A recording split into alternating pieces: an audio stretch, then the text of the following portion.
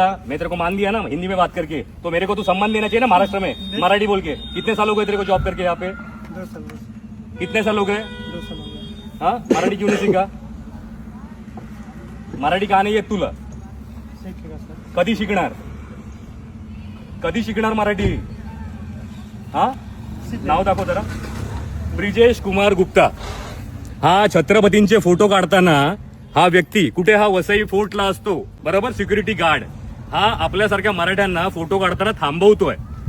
याचं काय केलं पाहिजे? आणि बोलतो हक्काने मला मराठी येत नाही। देखिए अभी ओके, मला बोललं असं काय काय बोलला? कोण बोलला? आता हे लोक काय बोलले ते ऐकत लोक नाही. नाही कोण दादागिरी दाखवत आम्ही दादागिरी नाही बोला ना. दाखवलेली आहे। नहीं तुला फेमस व्हायचंच आहे म्हणजे ना? जी सर सुनिए। पहिली गोष्ट, तुला मराठी बोलता येत नाही, बरोबर? चल नाही येत, पण तू आता भाईगिरी करून ह्याला घेऊन आलास। तुला किती असेल 3 मन? आता लक्षात ठेव, तुला फेमस तर करणार आणि तुला या जॉब पासून तर जावं तर लागणार। आणि तुम्ही छत्रपतीला मान आहे ना इकडे देत नाहीत ना, वसई एकुडेही वसई फोर्ट इथे छत्रपतींचे व्हिडिओ बनले पाहिजे। गड कशी तुटली, कपल काय करतात इथे, कुठचे कपल आपल्या आई बहिणी बरोबर येतात, तर ठीक आहे मानतो मी, पण आलतू फालतू कपल येतात तेव्हा तुमचे डोळे फुटतात काय? फुटतात? छत्रपती कळतो का तुम्हाला?